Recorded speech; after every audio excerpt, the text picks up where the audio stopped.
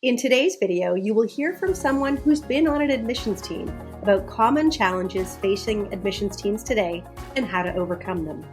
Let's talk about holistic success.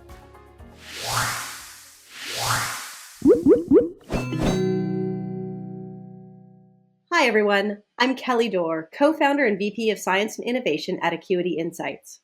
Welcome to this episode of our Holistic Success Show.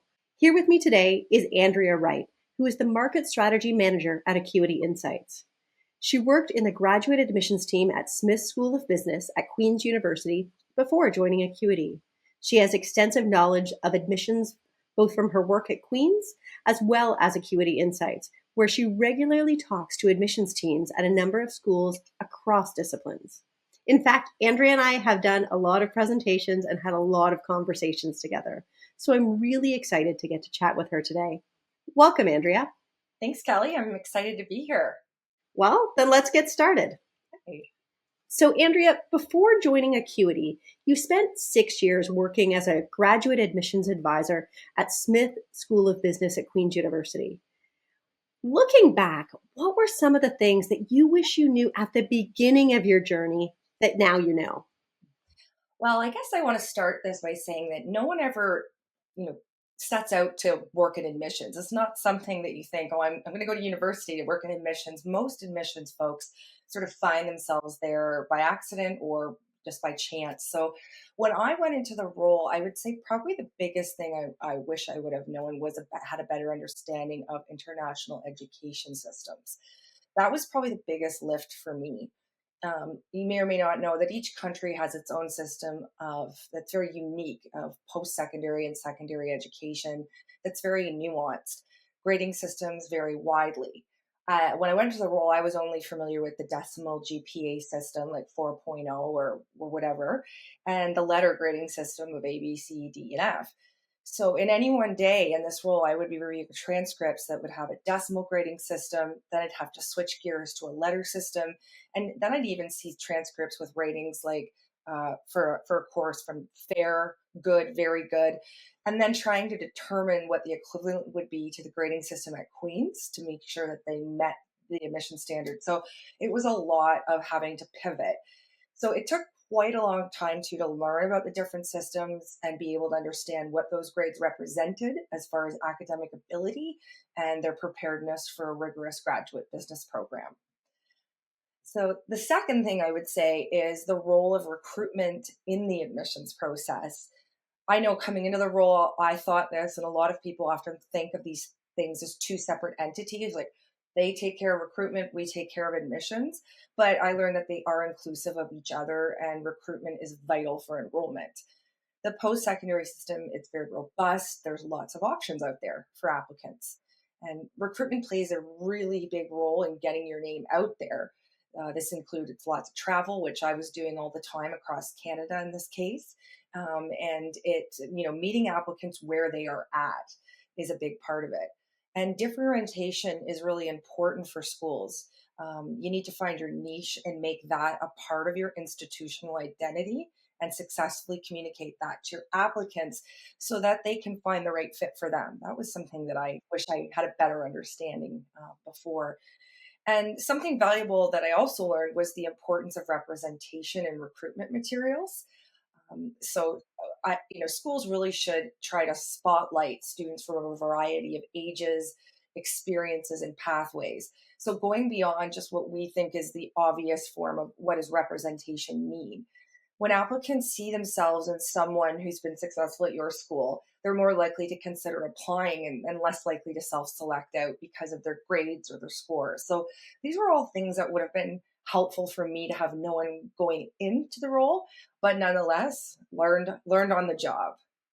That's awesome, Andrea. I love the way that you sort of describe the interplay between admissions and recruitment, because I've certainly talked about it probably in the other way, just because I've sat maybe more on the admissions side, is how important it is to have a broad admissions process that you can then leverage in recruitment to sort of let folks know you're opening doors for them and you're creating a very inclusive process. So it's great to hear also from the other side the power that it plays in really feeding into that admissions process.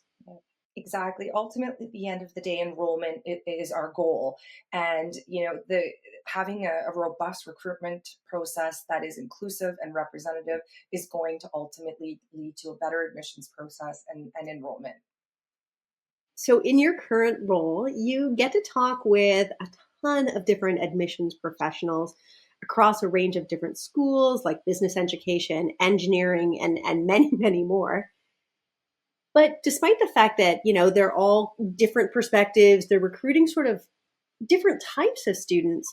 Maybe can you summarize the common challenges that you're hearing and what advice you might give to others in those situations? I would say one of the biggest common challenges that I've heard across all disciplines and areas is assurance of learning of non academic skills. This presents a major challenge. So, admissions folks are concerned about this because they're thinking, what are we, who are we bringing in? Where are they at when they come in? But when they're students, how do we ensure they have the skills and we're learning them and we can evaluate that? So they ask questions like, how do we evaluate skills such as team collaboration, communication, ethics, intercultural competency? Because they have a way to measure academic performance. That's straightforward. But how do we measure these key skills that are so important for these students? And they're looking for it in an objective, quantifiable way. They're also wondering, how do we track this throughout the 4 years of their program? And the reason why they're really concerned about this is it's tied to their accreditation needs, because they are now being asked more and more by their accreditation bodies to demonstrate how they're evaluating these skills, and they need data to show this. So that's probably one of the biggest concerns that I've heard. The other is retention. It can be a big problem, especially in challenging programs like engineering. There's no doubt that that's always been an issue. It's possible that we're seeing it that has been exacerbated by COVID and the impact of many students who've had to learn online for the last few years. They may not be as readily prepared for the transition, but age old problem, but continues to be one.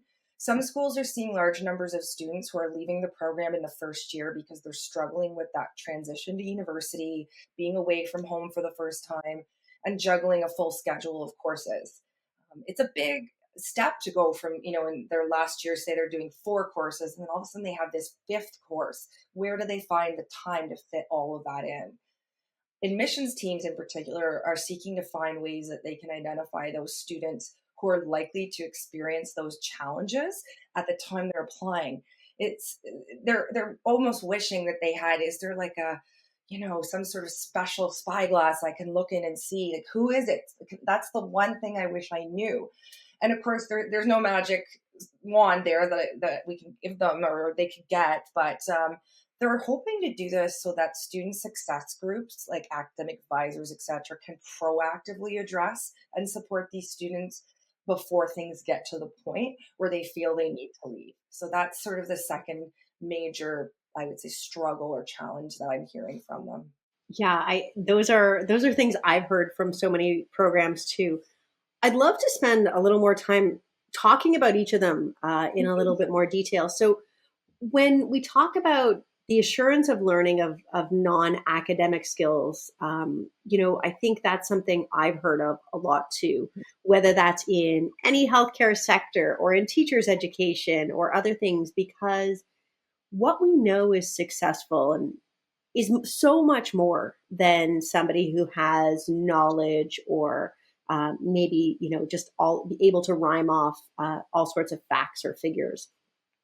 If I reflect on whether it's me or my family seeing a nurse practitioner or something like that, or even who's teaching my kids in school, I want somebody who doesn't just have that knowledge. I want somebody who has more, ideally. And we all, I think, want to try and be more than that too. We want to be more than we want to have, good teamwork skills and other things.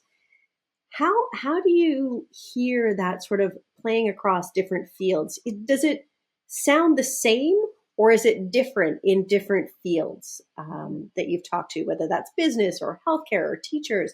I mean, it's not that none of these professions want to have good communication, but does it sound the same the way they're describing the problem? That's a really great question, Kelly. And the answer is it does sound the same.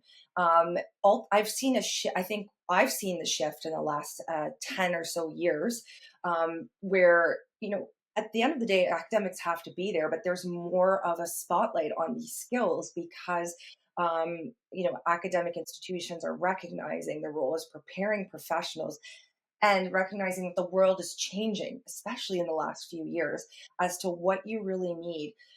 For instance, in the realm of business education, the advent of AI and concerns around, our environment and societal impact have come to the forefront. Those are sort of two big things they're trying to juggle with. And how do we prepare our students for that world? And what is coming up again and again is they need to have these durable skills. That's the term they're using, like the ability for cultural competency, to communicate, to consider different perspectives, to be open to different ways of doing things. That ability to pivot, but ultimately, that's just different words to explain the same types of skills that they're needing. In engineering, there is, for instance, the focus is on things like, what does our group of engineers look like? From what backgrounds are they from and experiences? Because ultimately, they're the individuals who are designing things for our world. And if we need to have a diversity of experiences and backgrounds, but also the skills to translate these designs into reality. So again, they're saying what they're looking for is people who are able to have empathy, obviously ethics in that area, of course, engineering, but also be able to communicate and work well as a team. Again, all different maybe words to describe it, but they're looking for the same skills. And these are these non-academic skills. And they're trying to find, how do we make sure that we are teaching the students this and that they are learning, so that when we graduate them, we feel confident that we're graduating professionals who are ready for these roles in society. Yeah, and I really love that term durable skills, because with knowledge and technical skills changing so fast, it's kind of like the solid foundation that's built upon. I think it also ties to your other point around retention. Once we get folks into our program, how do we make sure that we keep them in our program? And, the data that we have in the literature demonstrates that things like remediation of knowledge, we do pretty well. That's the thing we know how to do. But when we look at more professionalism or behavioral stuff, that's really where we struggle a lot with remediation. It tends to not work as well. And we tend to be reliant on a lot of external resources that maybe we don't have, the ability to support long term. So I think it's really interesting to sort of see how those problems, even though they might present a little bit differently in different professions, that there's sort of still this underlying current of needing to have those durable foundational skills that you can build on with knowledge and technical skills. And across the disciplines, the main thing is, the people who are going to be successful in their careers are those that have these skills and they can apply them along with their technical knowledge. Now, Andrea, if you had to give the audience here 3 top takeaways from our conversation, what would they be for you? I would say probably the first one is that ensure that you have people on your admissions team with a strong understanding of various international education and grading systems. And if you don't have that, invest in training for this. It will pay itself back tenfold. So that would probably be the first. The second one is understand what sets you apart from your competitors, and be sure to show how people from non-traditional pathways can be successful at your institution and that they belong there. So that would be the second. And finally, I think the third is that the challenges that you are facing are likely not unique. I would recommend to work collaboratively, with other institutions to find solutions, and consider industry and professional partnerships to support your efforts. Well, Andrea, thank you as always for such a great conversation. I really enjoyed it. To all of you, thank you for watching and listening. If you haven't subscribed already to our show, please do so. Also, feel free to share this with others who you think might find it useful. And until then, we'll catch you in the next episode.